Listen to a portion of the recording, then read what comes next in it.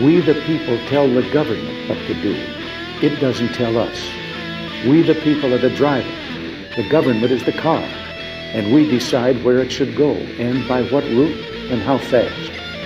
Almost all the world's constitutions are documents in which governments tell the people what their privileges are.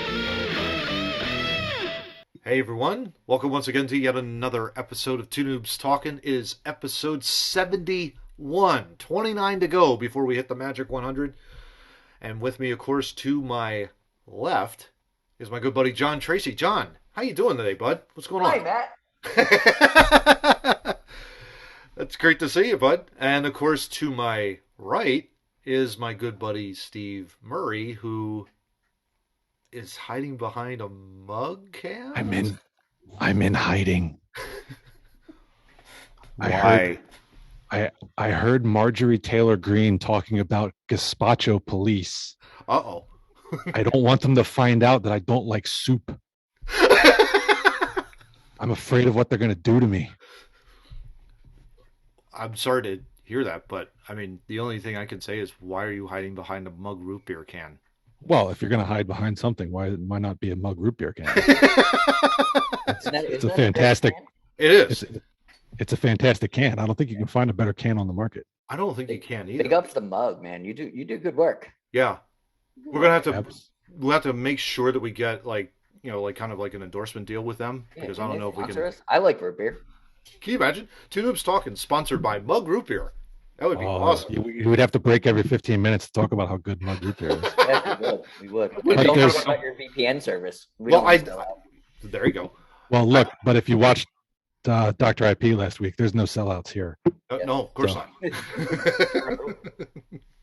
We'll throw that. I'm getting off the floor. This is uncomfortable. What's uncomfortable, dude? We're not as young as we used to be. Exactly, yeah.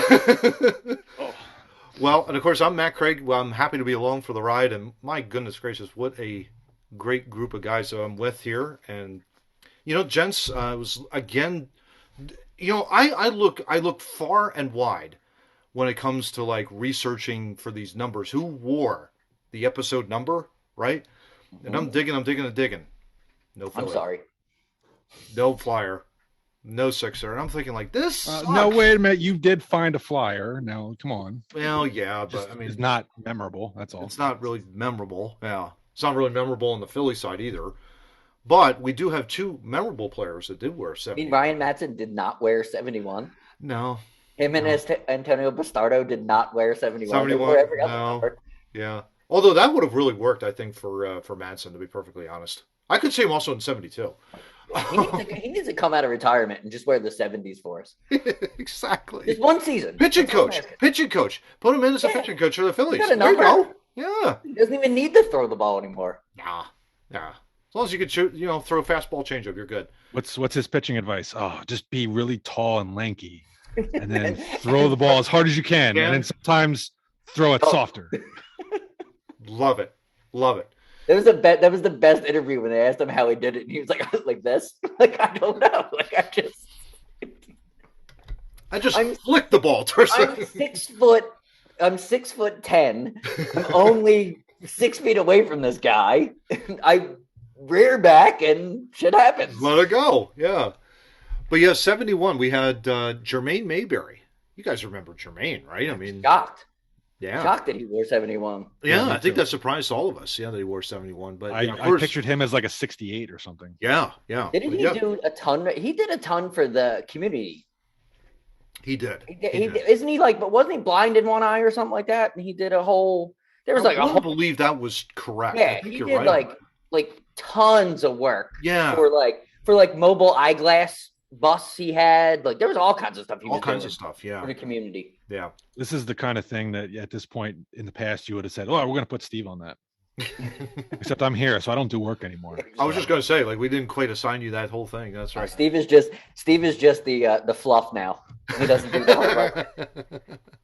We brought him in for that beard. Oh yeah, exactly. Yeah, more on that later. But we also had Jason Peters, and yes. Hall of Fame left tackle. We looked him up. It was interesting because the Bills stupidly traded him to us for like a first and a fourth round pick. The first round pick, I think, panned out. He decent career center.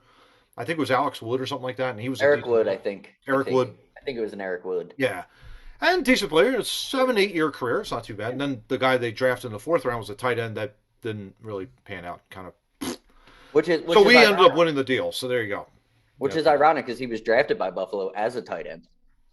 Which that is amazing. Can you imagine like Jason Peters on the tight end position? I mean that's crazy. No, I used to say this all the time during the Super Bowl run. I was always on the Jason Peters was a tight end. It was like, you know how bad the Buffalo Bills are? How bad are they? They drafted a tight end and he became a Hall of Fame left tackle. That's how bad somebody else. Exactly. But we're here, and gents. I mean, why don't wait?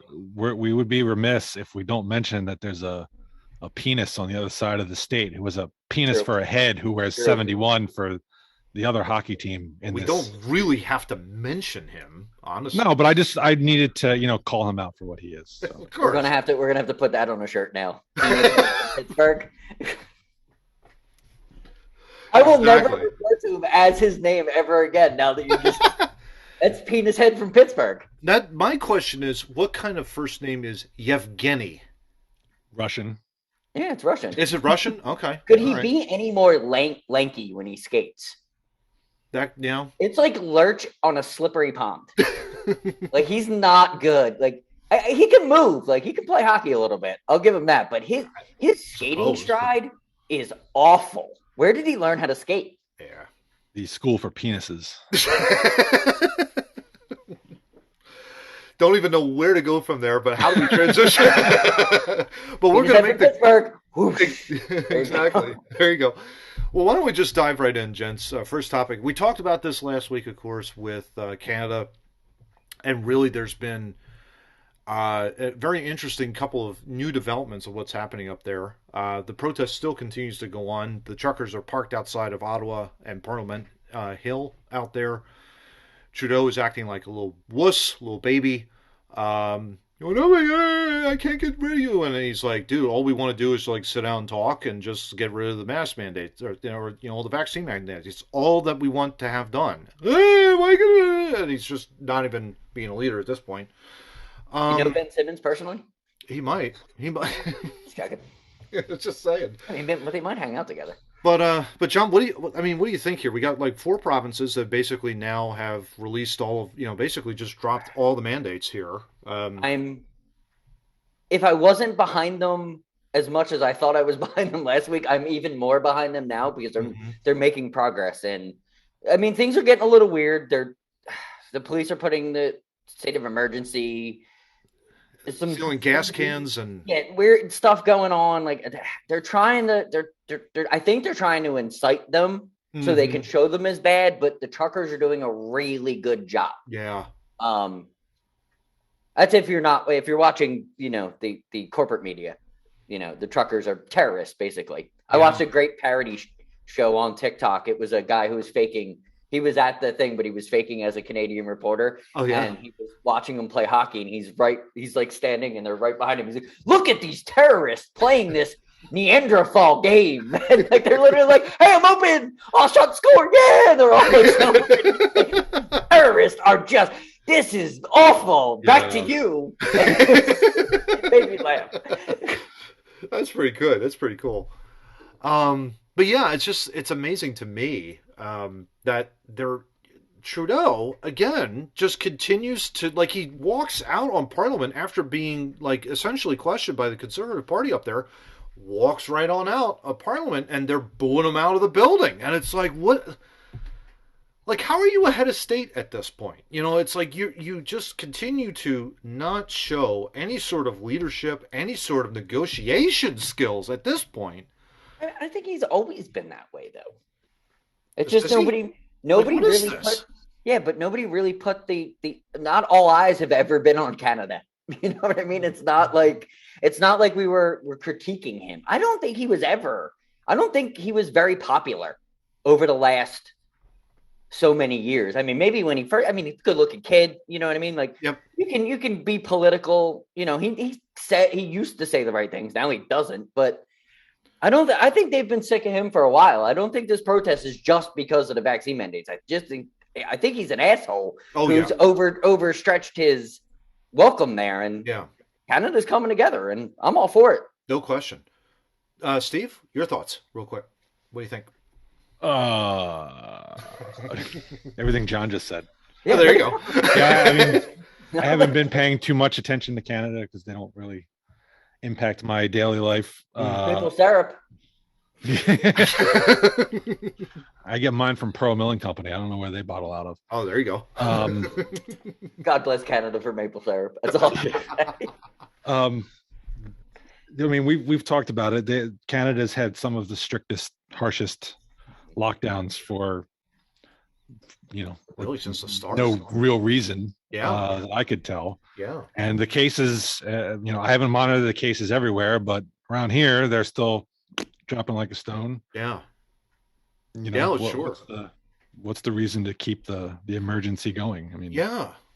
And again, I kept, that's such a great point what you just said, because it makes me think like, okay, if he playing devil's advocate here with this idiot, with Trudeau, and he's like, what figures is he possibly looking at that's saying that this thing is a danger? It's not a danger anymore. They're not looking at the figures though. That's the problem. Like, you're seeing it now, and I love the way the right is reacting to this, because it's cracking me up on a daily basis.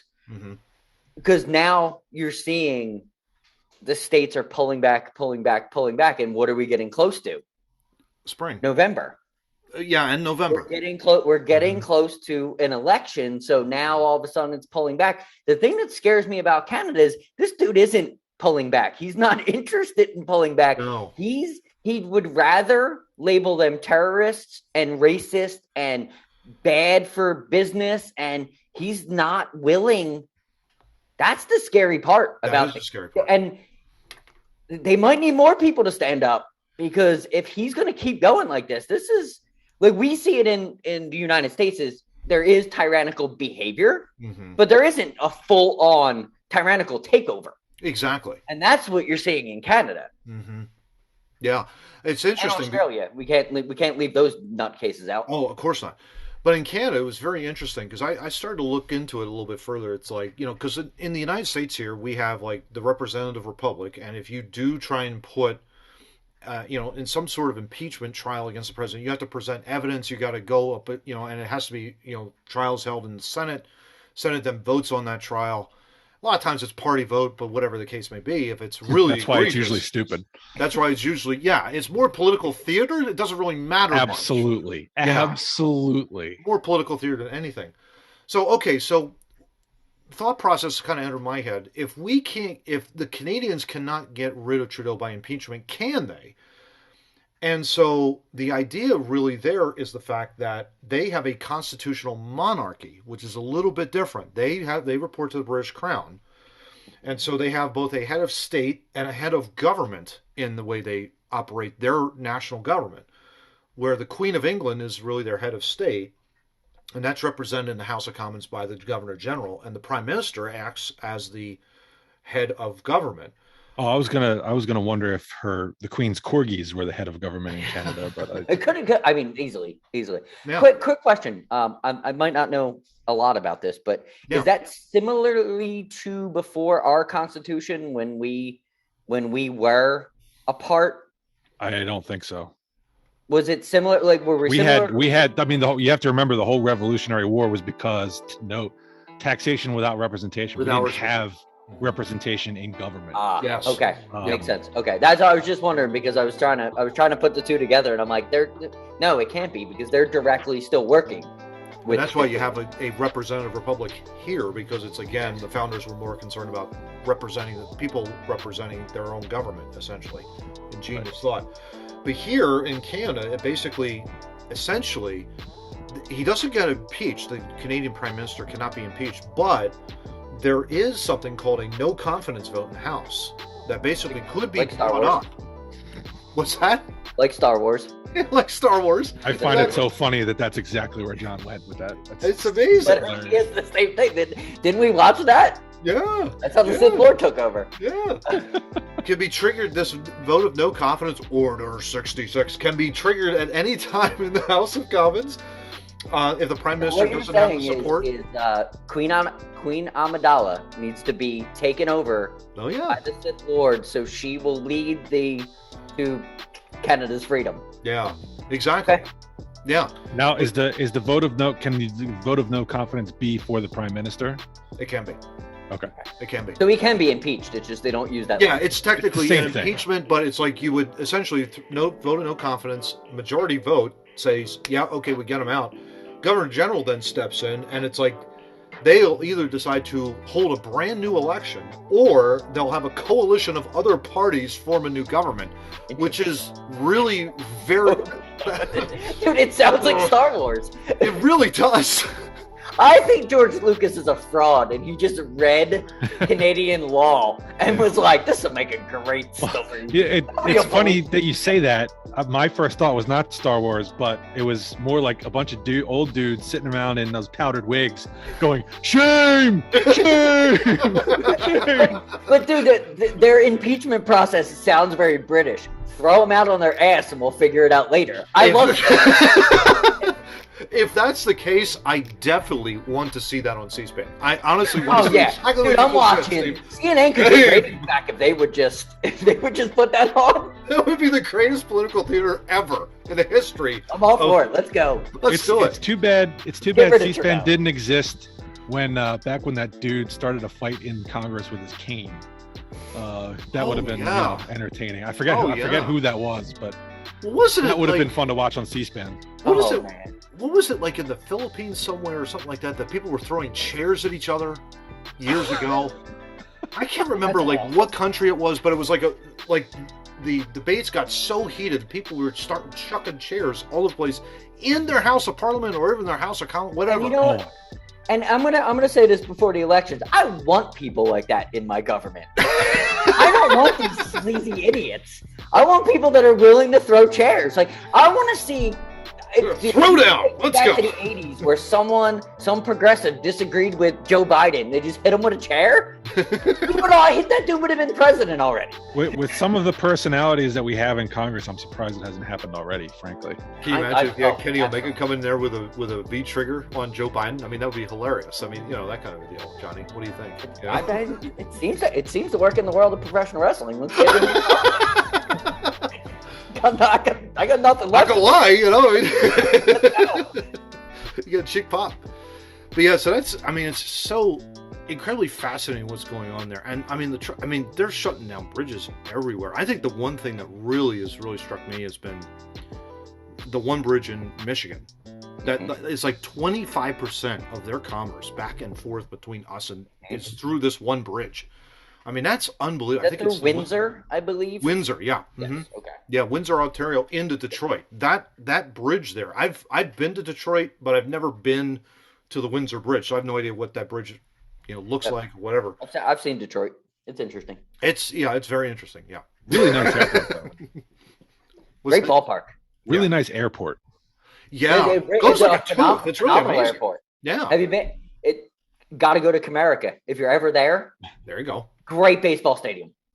That's your favorite one, good right? Things to say about that baseball stadium. That's your favorite one. Yeah. Yep, it is my number one. There you go. And I've been to 24 of them. That's pretty good. Yeah, that's like a good. Yeah, it's my favorite. It's my favorite one. That's interesting. Love to know. Maybe another episode we'll have to find out the 6 that you have not been to. I can remember where I was. He just pulled that number out of his ass. He didn't. No, I had the hats to prove it. I bought the hat. Oh, okay. There you go. I've been able to log it well enough. I'm a scientist and lawyer. I need the evidence. I need all 24 hats behind you next episode. There you go. That's awesome. Yeah, the kids are going to have to get FedEx. Awesome. Because they have them now. Does the 24 include the vet and Citizens Bank? No, because I did it after the vet. So it's most newish ballparks. There's been one or two maybe that they got a new ballpark. I think New York might, like the Mets Stadium, I might have been to old and new. So that might be. I know I was never at the old Yankee Stadium. I was at the new one. In the new one. But Mets, I think I was at both of them. So okay. That's, I'm sorry to hear that, but yeah. I think that's the only one that I could think of that would be a duplicate. That would be a duplicate, yeah. Okay, cool. All right, well, let's move on, gents. Topic number 2. This is kind of a thought piece. I love this because it's like, I kind of came up with the idea of like, well, talking about the news of the day, kind of moving on from there, but kind of came into my mind. We're all working professionals, all three of us, we try in different professional, that kind of deal, different industries in the United States. But the idea of career advice throughout, kind of popped into my head, and I thought, like, well, okay, why don't I just ask my 2 lovely friends here what has been their best career advice that they have received over the course of their working career? And Mr. Murray, I will go to you first. What are your thoughts? You're going to be sadly disappointed because I could not come up with anything. You're kidding me. Really? You want to be able to like think back and have that moment of clarity where somebody somewhere said something to you that was like the aha moment, shock of brilliance, and you it turned your life around. I can't really. Can I turn it on you? Let's just say you have a younger lawyer coming up in your profession. What advice would you give to him or her? Like, because you're a pretty successful dude. Yep. Like, what advice would you give to kind of try to help elevate somebody that wants to be on your level but is just starting out? Pick something to specialize in and put a lot of effort into it, because if you can specialize, then you can sort of be an indispensable piece. There you go. You know what I mean? Like, you could be the go-to person in your firm for this particular facet of the law practice. That's awesome. That would be a way to sort of distinguish yourself as a professional, and in a marketing aspect, I think would be, find something you like and enjoy and really hit that hard. Get as much exposure to the general stuff as you can, and do as much of that as you can, because I think you learn a lot from it. But find something that you could kind of be unique and an expert in your workplace, and then you make yourself important.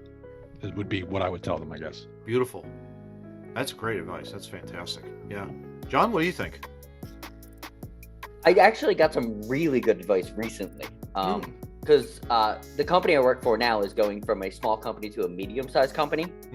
And that's kind of where, like that's where the rubber hits the road, kind of when you're working for a small company. And it makes that, the one advice I got was, you can stand out by just being a fixtured point of what you're doing in the small company. When you become the larger company, you become more important, because you're doing exactly what the company needs. Like, don't try to expand with the company. Be that, because you'll expand just because it gets bigger. And I was like, I never thought about that. I always thought of like bringing on extra things because I want to stand out. Yeah. But it just soup to nuts, 8 to 5 or whatever it is. If I'm really good at this, it's going to help anyway, because it helps the company grow. Because the more you have of that, the more the company actually will grow. Yeah. And I was blown away by that advice, and passing it on to other people. Like, I really started to see, like, it's not always jumping out of your shell. Yeah. It's perfecting to as much as you can, because you can't perfect anything, but perfecting your craft and your coworkers perfecting craft when you're trying to grow. Yeah. No, that's cool. For me, there are 2 parts. Kind of just like, I've received real good advice, and then I've given it as well. And the receiving the advice, I remember when I was working for Comcast Cellular Wireless back in the day. Really dating myself. 20 years ago. I remember those flip phones. Oh yeah, heck yeah, absolutely. Nationwide plans, all that kind of good stuff. For me, it was like, I'm 21, 22, and feel like I can take on anything, at that point. And I'll never forget. It was like somebody who was, I was going through the whole interview process. We had a real good chemistry and a whole bit, and she, definitely hired me into the company. Best piece of advice she gave me is to just concentrate right in here. Just concentrate right in your wheelhouse, right in what you do every single day. When you go into work, you work really hard. You don't worry about anything else outside of you, essentially. You just focus on what you're doing, hunker down, get stuff done, and then when the opportunity comes, you'll know it. And so that's something I'll never forget about that. That's like so important because you can get distracted outside of different things, and then all of a sudden your main focus, what you're supposed to be doing, is anywhere else but that. And that will derail anything that you do, really, in terms of a service industry, especially. That kind of a deal. And then the advice I've given has been mostly geared on the Excel side. I've really kind of grown in my Excel skills over the years to the point where I can generate a macro now. After much trial and error, much practice and things along those lines. And I'll never forget, there were a couple of different times people have asked me, well, what's a VLOOKUP? How do you do that? What do you that kind of stuff? And it's like, here's how you do it. And I said, the best thing that I can suggest for you to do is to continually practice those formulas. Do them all the time.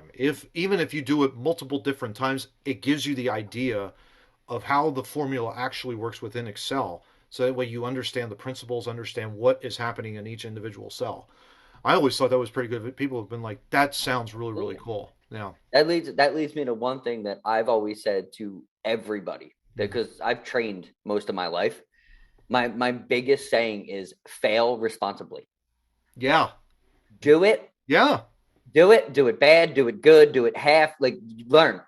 If you're failing and you're learning from it, you're winning at any business at all. If you're failing, if you're failing and learning, you're winning every time. Absolutely. It's only when you fail, it's when you actually you find your success ultimately in that type of thing. You sound like a bunch of LinkedIn memes right now. My son's, we do around here, Steve. Yes, that's exactly. My son's head coach has. I love how he gives advice. He's a great guy, but he'll go around the room, before a game, and like, all right, Coach Murray, what's your message? And mine will always be, we got to get the puck deep in the zone, behind the defenseman, go forecheck, third guy high, blah blah blah, technical. And if you don't, I'm going to whip you coming off. And we go around all the assistant coach, and then the head coach is like, all right, guys, try not to suck. Have fun, don't suck. I would love to be able to be in a position where like I can just give sort of the generalist advice. It's like, guys, don't suck. That would be good career advice. I think. Would be great career advice. Don't exactly. Suck. Just don't suck. Yeah, exactly. At the end of the day. I think I'm going to ask my wife to say that to me every time when I get my cup of coffee and I'm going out to work. I just want her to look me dead in the eyes and say, "Don't suck today." It's going to happen. It's going to happen tomorrow. The world. Yeah, exactly. I love that. That is hilarious. That's what it's all about. Yeah. Like if you can't laugh at it. Yeah. And I think this is the biggest point of it. If you can't laugh at stuff like that, and if you're working and you're that high strung, you need to find another job. Yeah. Because you need to be able to laugh. You need to be able to have fun. You need to be able to joke with your coworkers. You have that beautiful funness. Like, they all know you're full of shit and you all know they're full of shit. And that's how work works. How work gets done. That's right. How it gets done. Like, Exactly. All right, well then let's move on, I guess, to the main topic of this episode 71.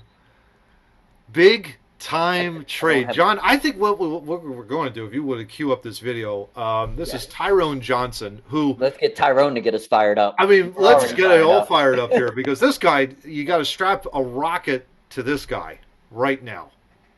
He's my favorite guy in Philly right now. Yeah. Minus you two guys. Well, I mean, you had to do it. You had to do it. And you can't worry about any of the stuff that people are worrying about right now. Now, if they get into the season, you see something once the games start, fine. Think whatever you want at that point.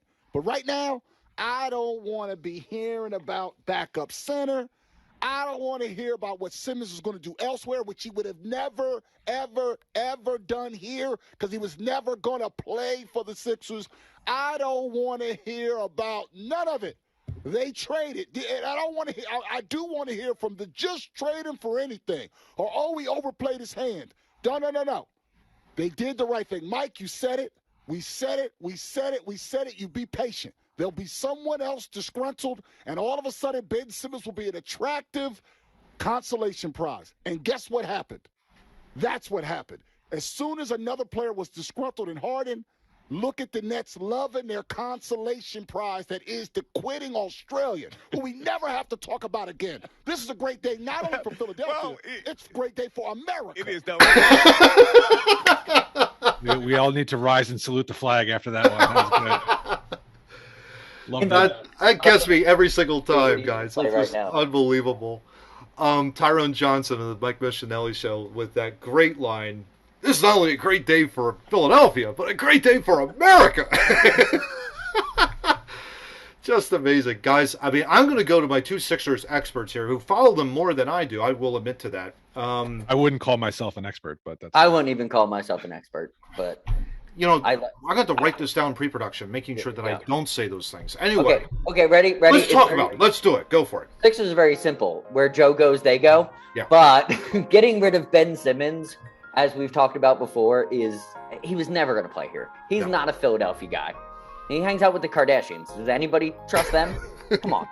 No, he's huge. I used to defend him because he was an elite defender.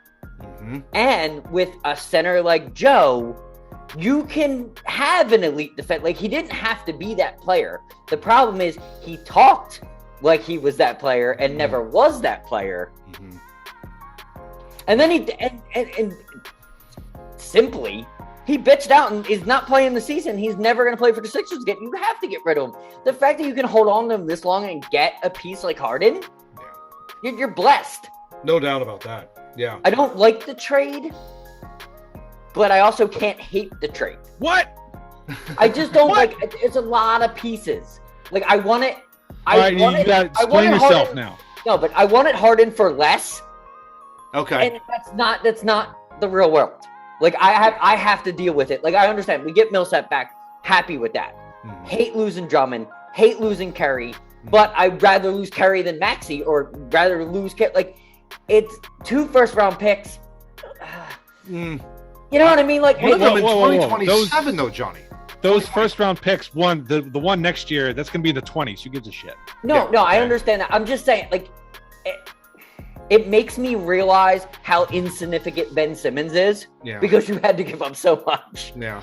So I'm happy with him being gone. Mm-hmm. I think the team is happy with him because the elephant in the room. 100% they are. Yeah, go ahead, Steve. Opening rant, go for it. Opening rant, because I got a lot of stuff to say about this. But I wasn't thrilled with losing Curry either when I first heard it. But I think it was Amy Fadul when they did the post-trade thing on NBC Sports, and she pointed out, like, all right, Curry is this great 3-point shooter. He makes, I think it's an average of 2 point something a game. Yeah. Okay. Mm-hmm. Harden makes also 2 point something a game. Yes. It's just Harden has more volume. He takes more threes. Yes. So his percentage is lower, but you are essentially replacing Curry with Harden. Which is okay because... So you're getting the same number of made 3-pointers per game, but you're also getting a hell of a lot more of an offensive player in Harden than you had in Curry. Playing to Steve's point, that does make sense. Playing devil's advocate against what I was saying is Harden with the pick and roll and Curry with the pick and roll is 2 different things. So that's a positive. I don't want to sound like I'm like super negative about this. Like, I understand James Harden's a good player. I worked in Houston the entire time he was there. I watched a lot of James Harden. Like, the dude can play basketball. He knows, he understands the game. He's good for Joe. Yeah. He's looking at Harden's stats here. He's a part of the 75th anniversary team. I mean, just that kind of the huge. I agree with that. He's got. He's an elite player. He is a tremendously elite player. 9-time All-Star. Part of the All-Rookie team. I think that's bullshit though. Not the All-Star, like the NBA All-Star. LeBron James is in charge of that, so fuck him. Screw him. 7-time All-NBA, 3-time scoring champ. Yep. 6-man off the bench, 2011 and 12 when he was playing for Oklahoma City, if I'm not mistaken. Yeah. So I mean, guy could flat out play, and I'm looking at the deal too. I echo both of you. I think losing Curry is like, that was a little bit of the pain point. But to Steve's point, you're getting Harden, and he takes a lot more chances on the three, and I will take that any time of the day, any day of the week. And you don't have to give up your young nucleus. That was the most important part. That's where it comes.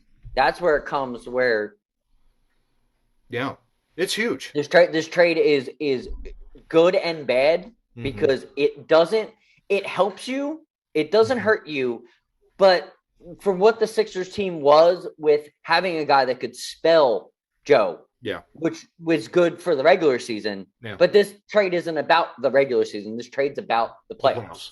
Yeah. And Joe's going to play a lot more. Oh, yeah. In the playoffs than he is in the regular season. Oh, yeah. That ended up to me being the worst part of the trade is his backup position. Now a lot can happen between now and then with like the buyout market, and maybe Bassey gets a chance. Who knows? Because you don't want to see a repeat of the Toronto series from 2 years ago when they were like plus 90 when Embiid was on the floor and like minus $1 billion when he was off the floor. Exactly. Exactly. They're using Reed right now. Last night they used Reed, not the headiest player. If you watched last night's game, not the headiest player. Were you talking about that missed dunk? Yes. Not the headiest player, but if him and Millsap can spell in the regular season, like you're saying, getting to a buyout maybe, a little bit closer a couple weeks from now, maybe they can pick someone off. You don't know. But I'm not worried. It's just Drummond was that good. Yeah. That you weren't losing a lot. Not saying he's anything like Joel Embiid, but you weren't losing the defense. And that's what scares me about having just Harden and Joe and not having that. Because that was the one thing about the Drummond trade that we learned from what the heck was his name? He was here last year. Dwight Howard. Yeah, Dwight Howard.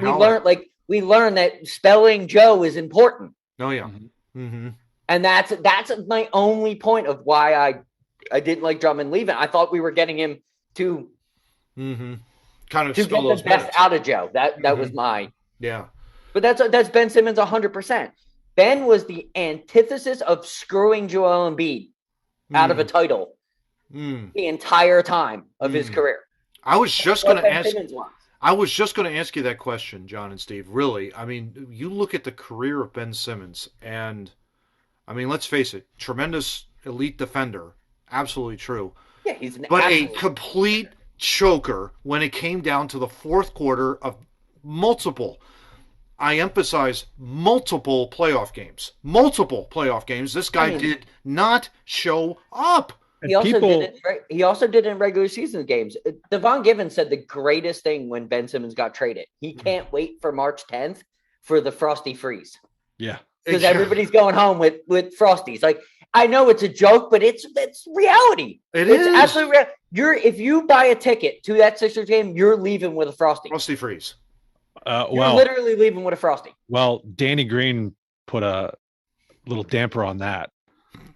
He pretty much said, well, just be careful because there's no confirmation he's actually going to play that game. That's true.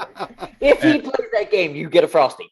That's something I found very interesting with this trade was, you even with a guy who's a malcontent, when they get traded, usually people will kind of give the platitudes, we wish him well, et cetera, et cetera. They don't wish him well. You are not kidding.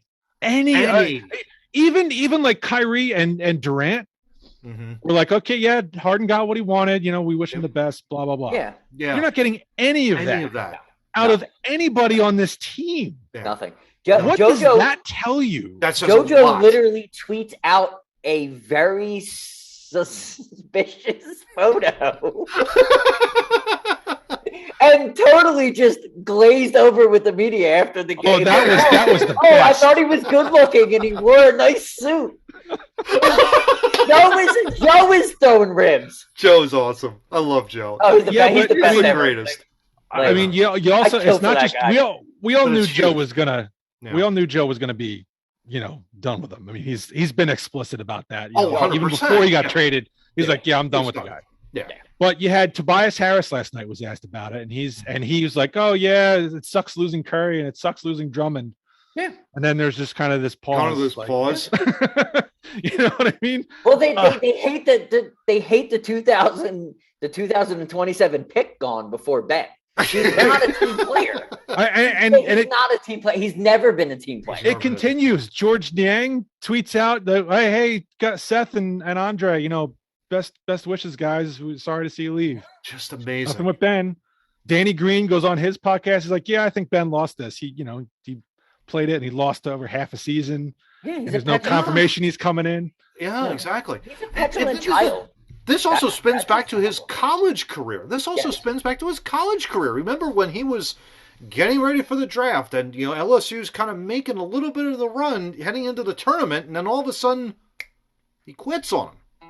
I'm not going to pull him. He quits on LSU and basically goes into business for himself in order to preserve himself getting into the NBA draft. So this guy has had multiple at Shaq's school. I can see why Shaq doesn't like him.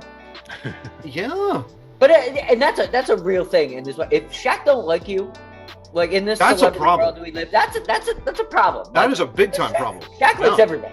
Yeah, guys, can you remember in Philly sports history of a player doing something like this? Oh yeah, there's been a ton of them. I was going to say, who would come to mind? Just, people aren't. Ben is not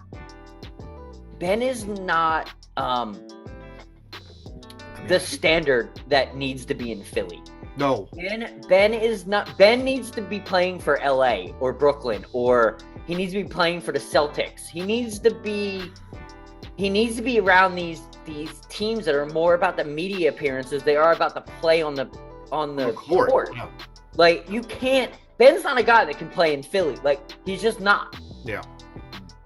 And there's been a ton of them. I mean, a ton of players that don't know what Philly's all about. Ben just happens to be the latest and greatest to go through the fucking windmill of, if you're not going to fucking practice hard, you're not going to relearn your game, you're not going to play hard every night, you don't need to be here. Screw you. We're not going to miss you. Yeah, exactly. I mean, the only thing I could think of, to the guy on my right here, Lindros had a similar situation. But he played. In a way, right? But you have to remember the thing with Lindros was he had, when he finally was like, no, you got to trade me. He was coming off severe concussions. Yes. And rightly or not, he had issues with how the team handled it. And I agree. I agree with him 100% because that Bob Clark media thing was not.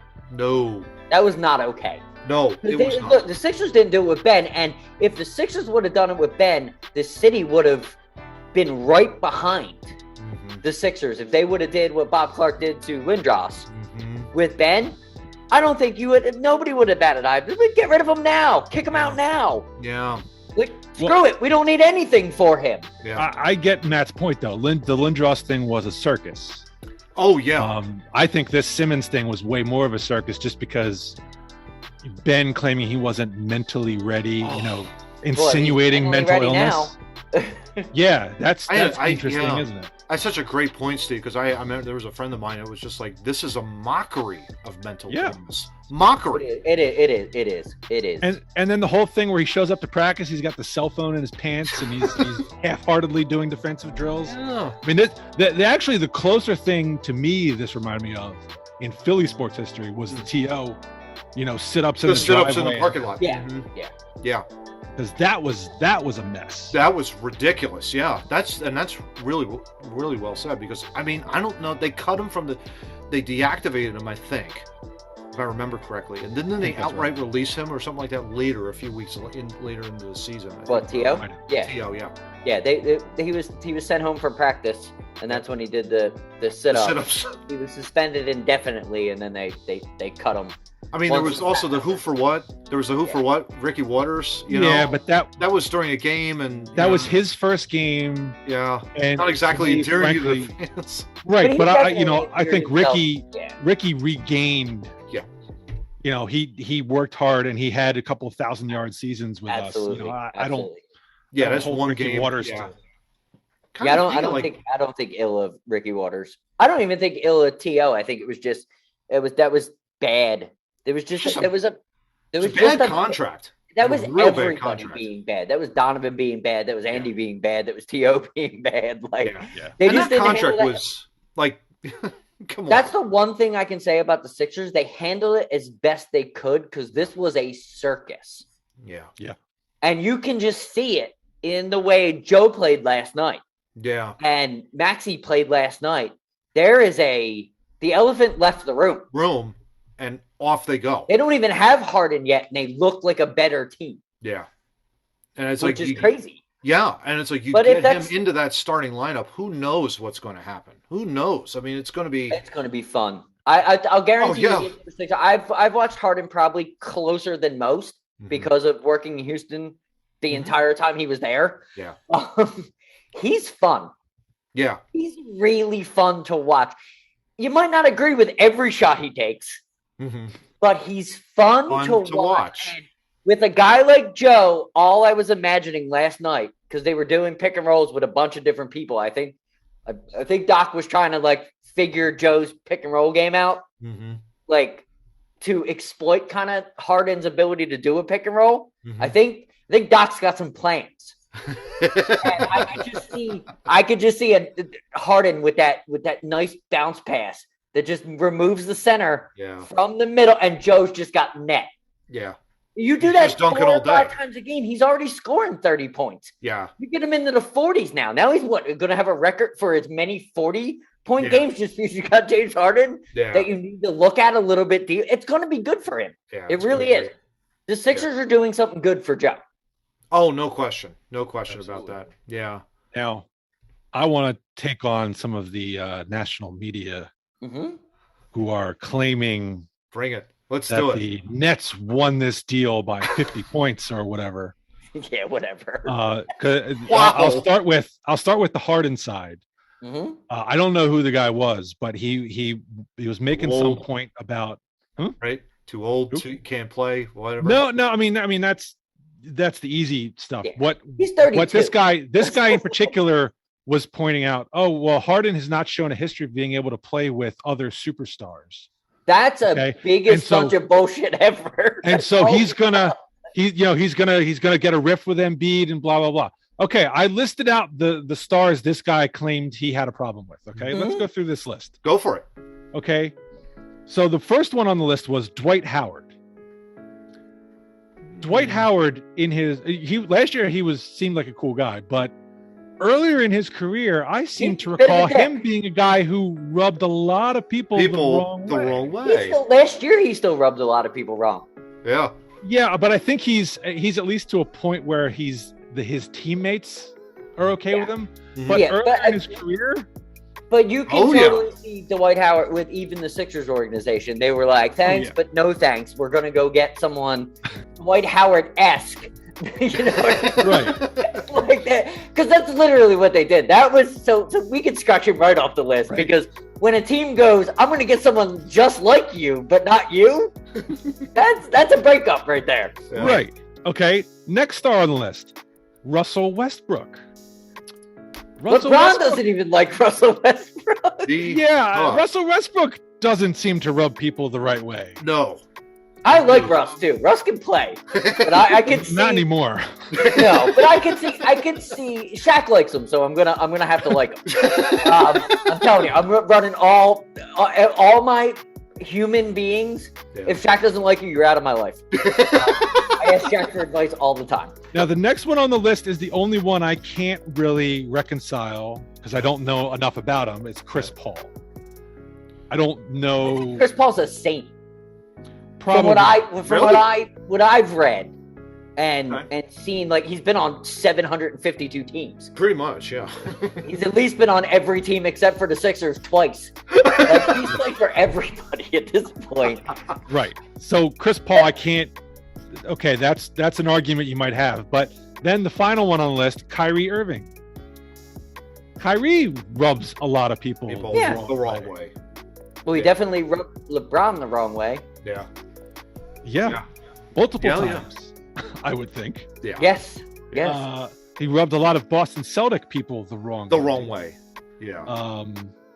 Yeah. So it's not he rubs people who he rubs people who believe in round Earth the wrong way. Your point, right, is my well point stated. is, it's not James Harden that's causing the problem. Right. I mean, the connecting, all these people you've connected with James Harden as not being able to get along with is primarily a list of people that a lot of teams and a lot of players are unable to get along with. Exactly. I'm not absolving James Harden of exhibiting diva-like behavior. A lot of superstars do it. At that level, you have to have something of that. Some moxie, yeah. You have to. You have to. Quarterbacks, wide receivers, whatever. Wide receivers, left wing, right wing, centers, goalies. You gotta have diva qualities if you're gotta have the short mind. James Harden can't sit around like most people and lament on the fact that he went 3 for 13 from the 3-point line that day. But what James Harden does is learns from it and doesn't jack up 13 threes the next game, or puts the work in. From what I've read about him, he puts the work in. Yeah. He's developed himself into an elite player from a good player. No doubt. From his tenure in the NBA. So I mean, I'll defend him a lot more because he's a Sixer, but I watched him in Houston for a lot longer than most people get to see him on ESPN. Yeah. I like basketball. I watched him. He's not so much that guy. Yeah. That Brooklyn's trying to paint him as, or the media's trying to paint him as. I think he's going to be good for Joe. And Joe's a fun-loving guy.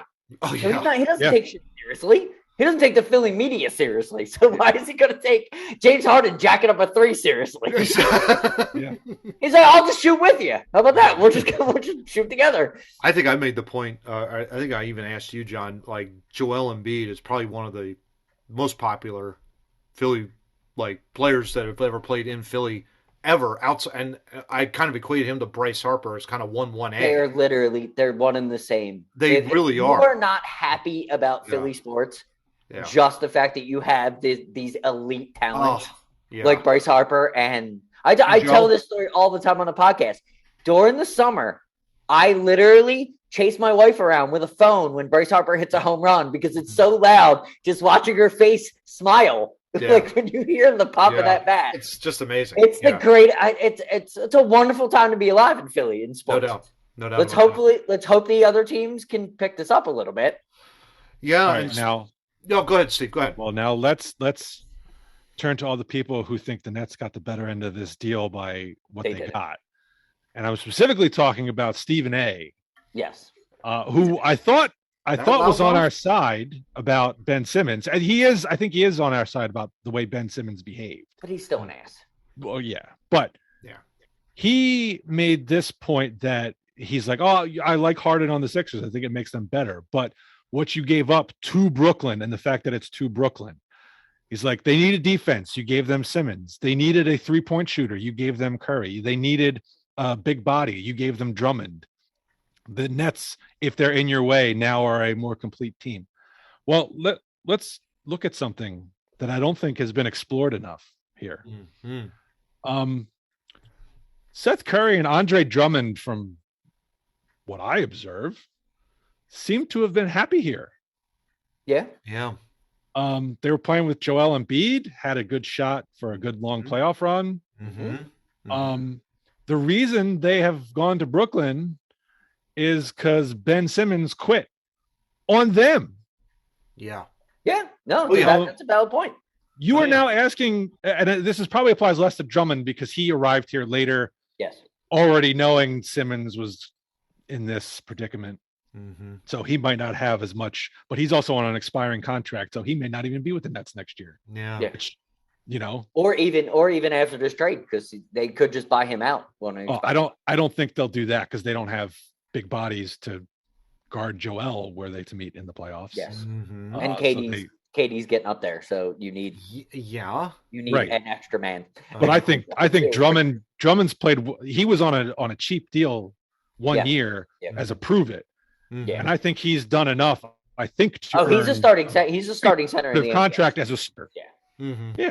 But I don't think Brooklyn, with all the money they're going to have to shell out to KD and Kyrie and Ben, we're going to be able to pay him that money. But let's focus on Curry. Okay. You're now asking Seth Curry to share the floor with a guy who has pretty much been a thorn in his side all season, having to deal with all the questions about Ben Simmons. Yeah. You think Seth's going to be in the right frame of mind playing with him? I mean, he's a pro, so he's a pro, but I mean, my problem with Seth is with him playing with Curry or Kyrie, because Kyrie's going to shoot the ball a lot more. So what is Seth just going to be hanging out? Yeah. I mean, it's good. Like Kyrie and Ben are great. It's a great marriage. Someone that great marriage is someone that makes a ton of money and someone likes to spend a ton of money. That's literally Kyrie and Ben. Ben don't want to fucking shoot, but he'll pass to you all day long. Pass to you all day. That's a marriage made in heaven. It really is. Yeah. Oh, I don't have to. Oh, you can miss. You can take it. I don't want it. Yeah, because I don't want it. Yeah. Well, I mean, he's a professional, but I feel like Seth is not going to be happy. I don't think so. Now, he's got to play with Ben after Ben kind of screwed him all season. And bailed on him. Yeah. I wouldn't be very forgiving in that situation. I definitely would. I don't know how. That's the thing. It's like you're being part of a package deal where you're being traded to another team, and it's like you're still with the guy. You know, it's kind of like you're tied to the guy. He quit on you. Yeah, exactly. And it's like that would suck. You know, you're kind of like you have to get that over. You have to get over that mental hurdle of that, and you just have to be a professional at that point. But yeah, I would agree, Steve. It's like, you know, if you're Curry, you're kind of just sitting there kind of going like, and John, with what you just said, am I going to sit on the bench now? Like, what am I going to do? Am I going to be second team? I was having a lot of fun playing with Joe. I really was. Yeah, that was the one thing. Now it's like I'm going to be second bench, maybe. Yeah, you know, he's taking a step down. Oh, no question. The backcourt is full. No question about it. Yeah. And you may be looking at a scenario where the Nets have now just turned over. Potentially, if they start Curry, Drummond, and Simmons, you've just turned over 3/5 of your starting lineup. Yeah, that's gonna need time to kind of. Yeah, I think what we've learned is when you have superstar integration, it needs some time to kind of figure everybody out. Yeah. Kyrie doesn't play home games. Yes. So when are we gonna figure that out? But that's where the Nets are never gonna be good. No, they're not. Because they're not a complete team, and I think this is a grab. This is a buzz grab for Brooklyn because Brooklyn's more about scene than they are about kind of winning. It goes all the way back to what Tyrone said at the top of this segment when we were talking about it. It's like this was really James Harden was like, okay, I'm getting kind of tired of playing in Brooklyn. I'm not going anywhere. Well, when you got to play with dudes like with KD. Like, could you imagine? KD's just as bad as LeBron when it comes to just the BS. Yeah, he can't stay healthy. It's not basketball up there. It's who's who of who's who. Yeah, and Ben fits right in there. Yeah, Ben fits right in there. Right into that culture. Yep. You know, get your nice. I mean, when Katie left Oklahoma City, and take pictures because that's all they care about. Johnny, when Katie left Oklahoma City, I lost all sorts of respect for Katie at that point. Really. I think he was just at and that putting them two back together. There's a reason they traded Harden in the first place when he was there. Yeah. Like you see it when they did that draft. I watched a little clip of that draft. Like he was trying to hold his tongue because he wanted to say something. He wanted to say something that he knew he would get vilified in the media to say. Wow. Because he tries to save face. Yeah. Yeah. Just a fascinating trade and good riddance to bad rubbish. Great trade for America. To be honest with you, Brooklyn did a good job getting rid of someone that was probably not their favorite person, and we got rid of someone. Yeah. It's the middle pieces, but Tyrone's right. Like, can you really care about Andre Drummond? No, not really. In the regular season, I'll leave it at this. In the regular season, yes, I'm concerned about not having Andre Drummond. In the playoffs, I'm not really concerned about Andre Drummond. Yeah. If you get the chance, you need to see somebody put together, I guess, on one of the NBA video games, a series of clips with Simmons on the Nets playing against the Sixers. And the one that had me rolling on the floor was Simmons is out like in the corner off the 3-point line, and Harden is standing in the picture like defending him. And then Harden just turns around and runs away. Okay. So Ben is all by himself with a lane wide open. Yeah. Lane to the net, all by himself, and he passes.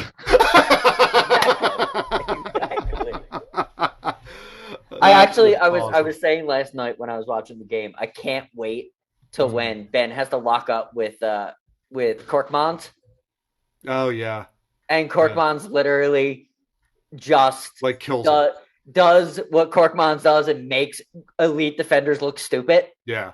I can't wait till he does it to Ben over and over again. The biggest pop. It's going to be really funny. Yeah, it's going to be like probably the biggest pop. That's going to be hilarious. Yeah, exactly. I can't wait for when we start hacking Ben in the fourth quarter. Make him shoot free throws. Exactly. That'll be fun. Oh my gosh, that's going to be so much fun.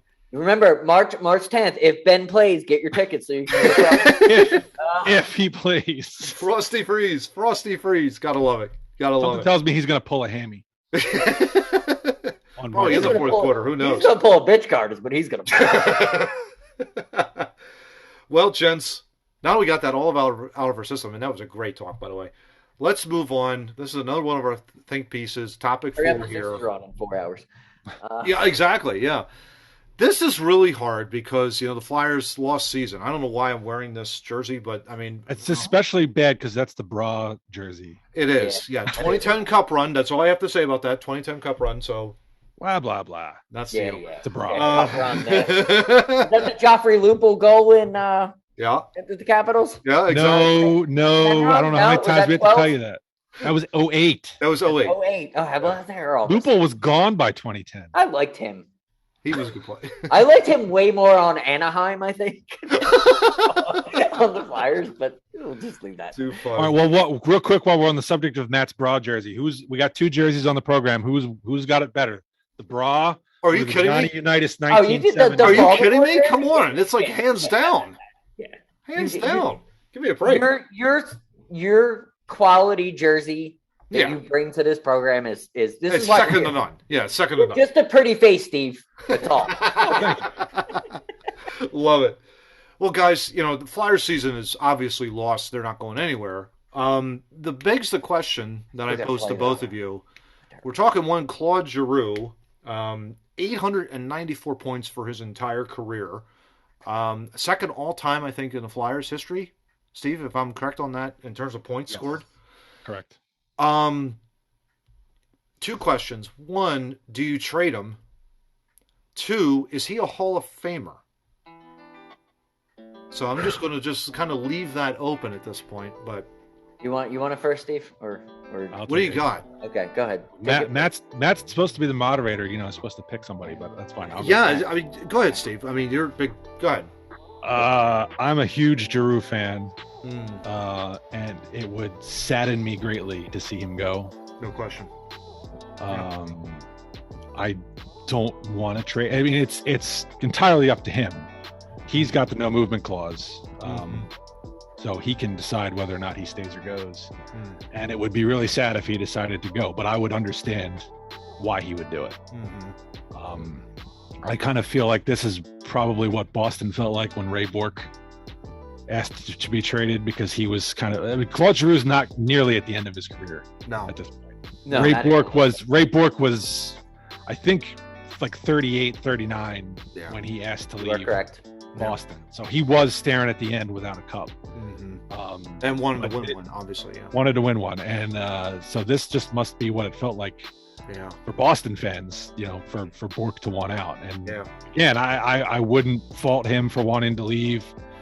I can't really give him a good reason to stay other than Philadelphia loves him, but this and is just hard. for all the haters out there who are well, he's never really done much in the playoffs. The teams don't go far. A lot of praise gets heaped on Connor McDavid too. And what's he done? And what's he done in the playoffs? Yeah, exactly. Okay, it's not all about one person. It's not all about a captain. Yeah. So from that perspective, Claude Giroux is, I would say, the top 3 Flyer in history. Hall of Famer in the organization. Flyer, yeah, we talked about that before. He's absolutely a Flyer Hall of Famer. No question. And I would love to see him play his career here, win a cup here, and retire here. But if he wants to go, that's, unfortunately, we're gonna have to live with it. Yeah, exactly. Your second question: is he a hockey Hall of Famer? That's different, big time. Toronto. We looked at the numbers. He is on par with some people who are in the Hall of Fame. Yep. Martin St. Louis one of them, being one of them. When you compare them, they are very, very close. St. Louis right now, when he retired, was 1,033 points. You have Giroux, who has 894. Claude Giroux has been in the league 15 years. Martin St. Louis played 16 years. Now, St. Louis did win a cup with Tampa. Right. But they're very similar plus minus. Very similar points per game. Very similar points per game. And we're feeling Giroux's got another 5 years. And we think that Giroux will play another 5 years. But the question is basically, if Giroux doesn't win a cup, does that mean that he's excluded from the Hall, or does that mean that he goes in? That's our question. I don't think cups are a determining factor. I mean, Paul Kariya didn't win; he's in. Lindros didn't win; he's in. Yeah. Lindros, I think, is a better player than Giroux, his points per game was like astronomical. Yeah, it was over a point per game. Yeah. I think Giroux and St. Louis were both like 0.9 something. 0.91, for their careers. Yeah. If he plays another 5 years, even at a clip, I think we did some calculation. Even if it's a clip of like 0.7 points per game, he'll hit 1,000 easy. And I think he's on par with some of the other, like St. Louis, who are in.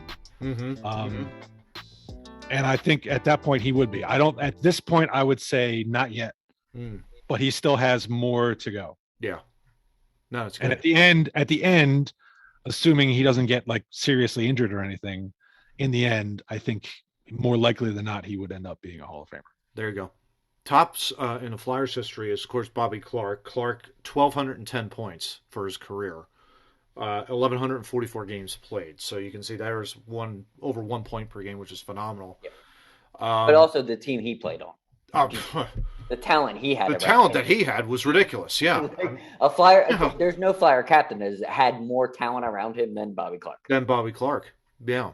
And that's I think really the problem here is the failure to properly build a team around him. Oh, absolutely. Yeah.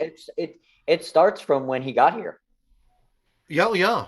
They've had a couple of teams. He's been on a couple runs since he's gotten here.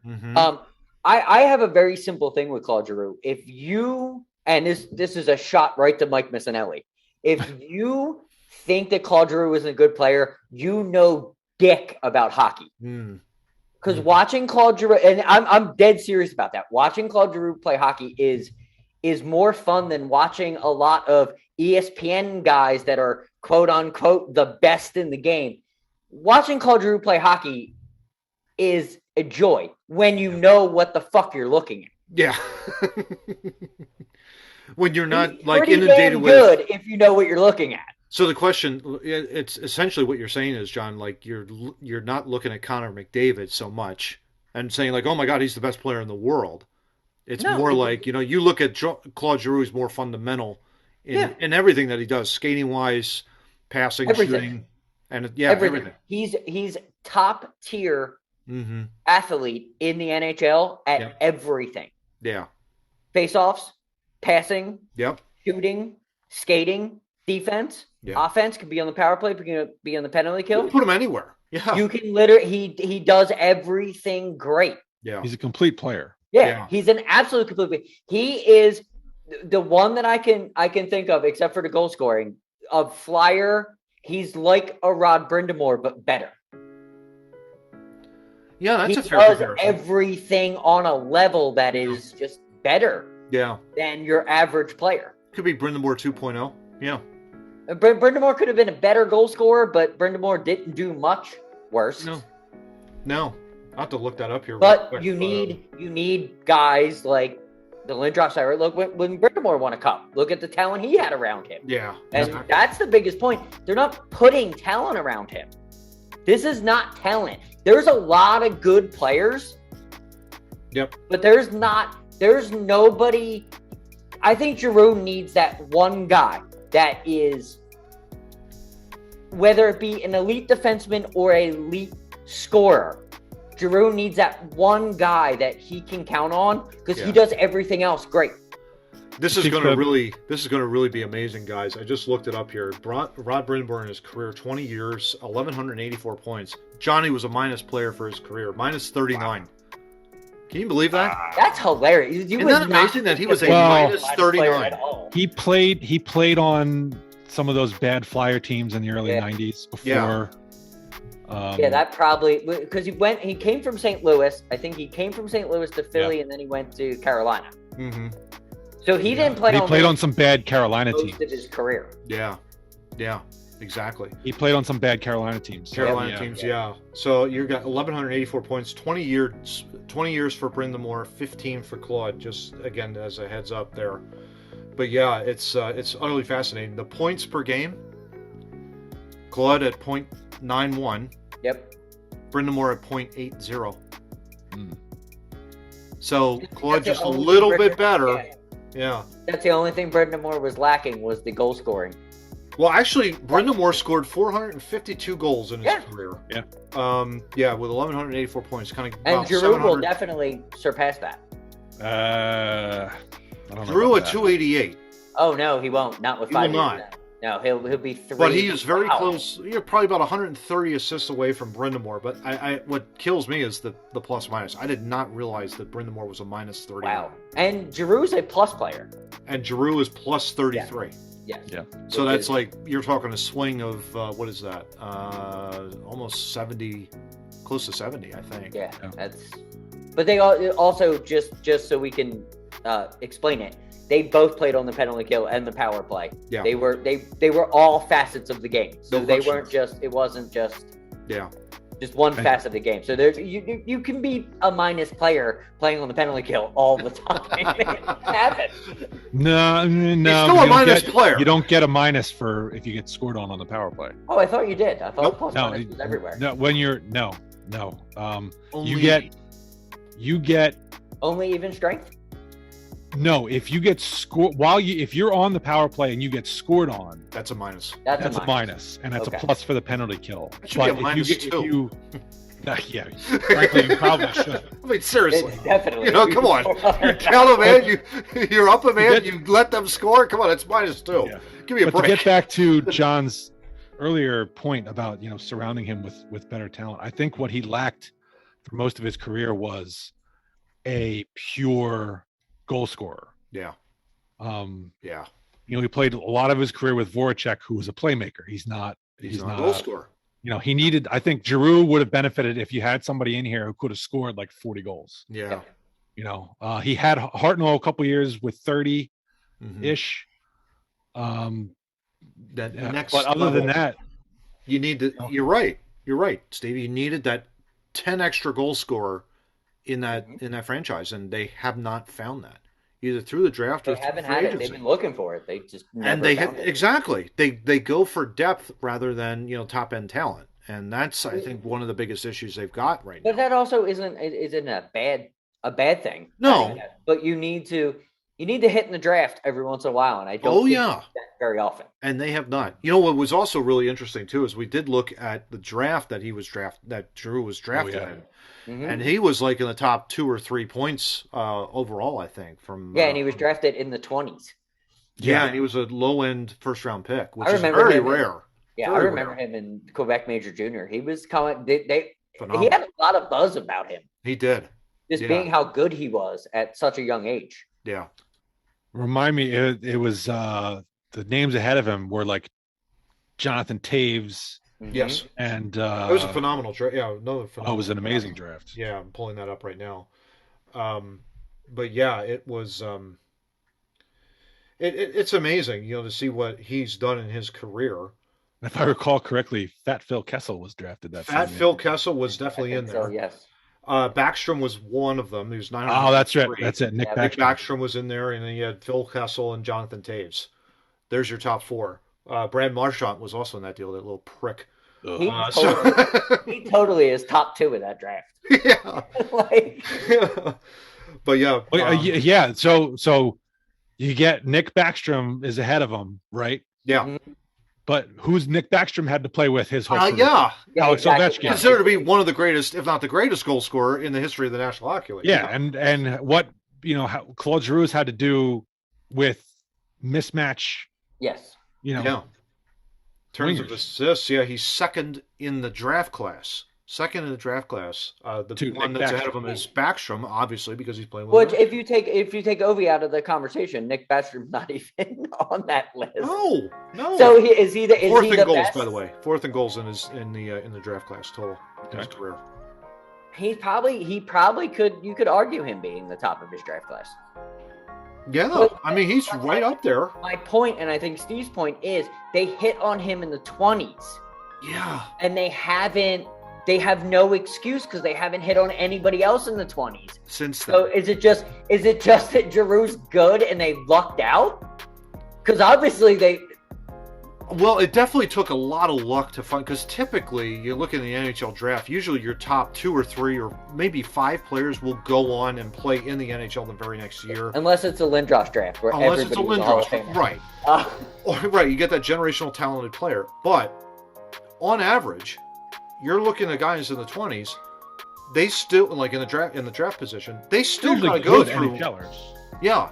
But you still go through the minors, you still kind of build your way up, and then you get in. But yeah, Giroux was only in the minors for maybe a couple of years, and it's like they knew they knew what they were getting. I think at that point they hit on him, no question about it.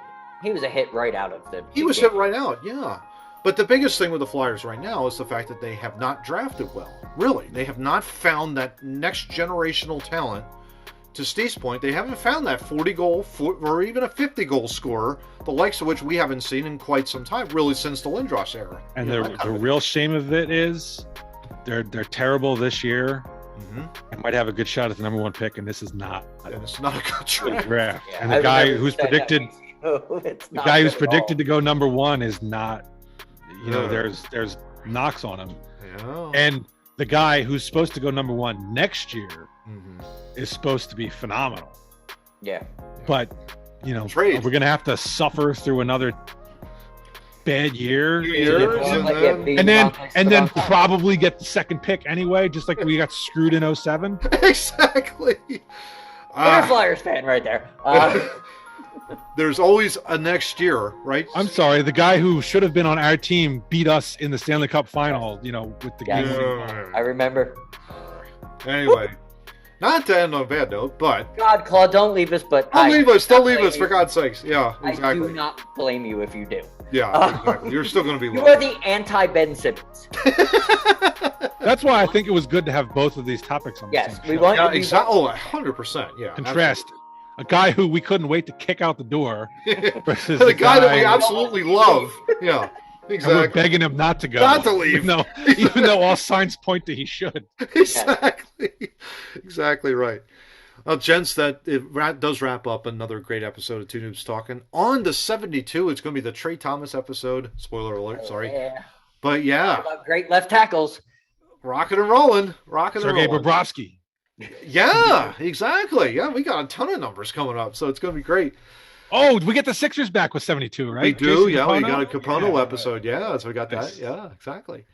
But yeah, let's hit them up with our shameless plugs. And Johnny, where can people find us, real quick, bud? We are on TikTok, Facebook, Instagram, and Twitter. We're actually gaining a ton of followers on TikTok, so working hard trying to get that to go. So that's good.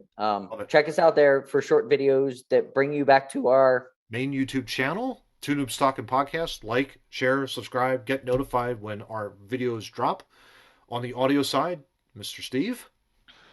Proudly hosted by Podbean, although you guys gave me a little bit of a head fake earlier this week. I saw the tweet that said we were dropping on Podbean and then couldn't find it anywhere. So that was a little interesting. But Podbean spreads us around like the simian flu.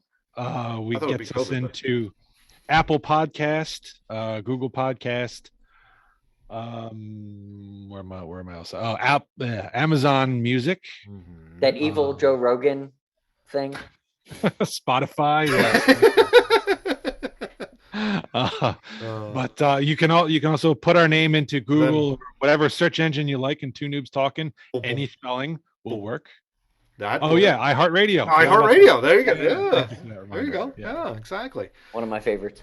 Then, of course, our show notes, which I totally forgot from last week, but that's okay because we didn't really have show notes. That's whatever. Two Noobs Talking.wordpress.com is where you can find them. It also links you to our YouTube if you want to find there it. You go. I didn't even know that. There you go. That wraps it up, buds, and thank you very much. That's the greatest root beer can of all time. It is. Great work. Great work. There you go. No caffeine. I love it. How are you supposed to live life? No caffeine. There you go. Talk to you all next week. Just real quick before we leave. Oh yeah, go. I just want to say so. I just want to quote the new UFC champion. Fuck the noise. Talk to you all next week, guys. Take care. If you don't read the newspaper, you're uninformed. If you do read it, you're misinformed. That's a great question. What is the long-term effect of too much information? One of the effects is the need to be first, not even to be true anymore.